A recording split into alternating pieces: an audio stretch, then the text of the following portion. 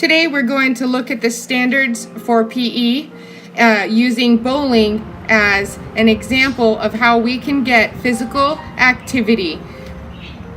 Bowling is an exciting sport that is generally played inside a building such as this one at Empire Bowl. It uses mathematics as well as physical activity to build on our learning skills. When doing any sort of physical activity, you need to be equipped with the right equipment. Bowling shoes are vital to the success and safety of this sport. They need to be non-slip and bowling alley regulated. Learning how to keep score in bowling is a fun and easy way to use your math addition skills. Each box represents a turn of bowling. Each 2 boxes are added up to get the larger box score. When keeping score during bowling, you'll notice that an X represents a strike and a forward slash represents a spare. Notice in frame 1, Hefe scored a 9 and then a spare. You'll notice in frame 5, Russell got a strike, which means he knocked down all the pins.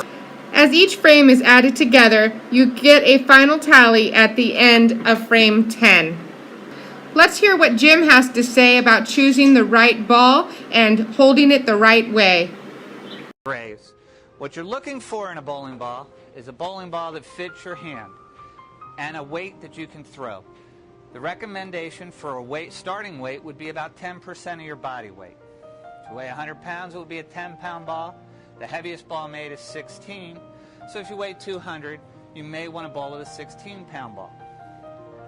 What you're looking for is a ball that doesn't stress your arm. To find a ball that fits, the first thing you want to do is find a thumb that's slightly snug when you insert your thumb into the thumb hole. The next thing you're looking to do in a conventional fit ball is have this knuckle line up with the edge of the hole. That's a ball that fits you. From a standpoint, once you find a ball that fits you, you want to hold the ball at your side. If the ball doesn't feel too heavy, it's probably okay for you to bowl. You don't want to bowl with a ball that's too light, because what you'll end up doing is chucking the ball, and what bowling is about is rolling the ball. So you want to find the right weight, the right fit. That'll allow you to roll the ball more consistently, and it'll allow your scores in turn to go up.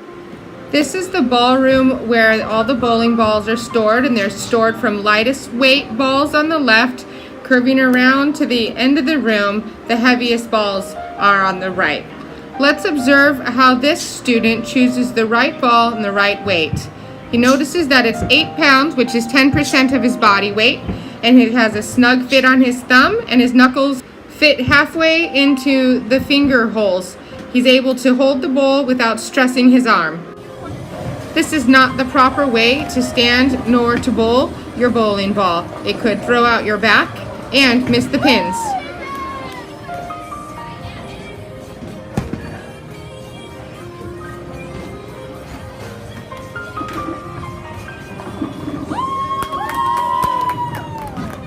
Every 5 slats in the wood is an arrow. When a bowler goes to make his mark, he can line up his ball according to the position of the arrow and aim for that arrow and hit the pins that he'd like to hit.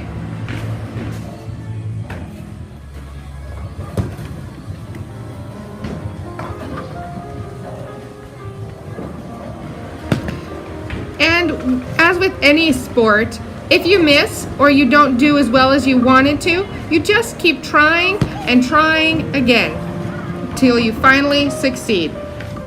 As with any sport, practice is the key to success. Here he goes again. Watch this, guys. Watch this, ladies and gentlemen. The strike master is at hand. He's getting going for the turkey.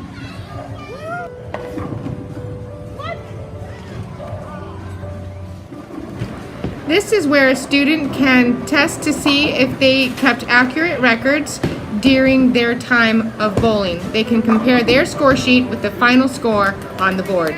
Now just put your ball It is important to remember for the next person's turn to return the balls back to the room where you borrowed them from and to return your bowling shoes to the front desk so the next people who play the sport are able to use the equipment.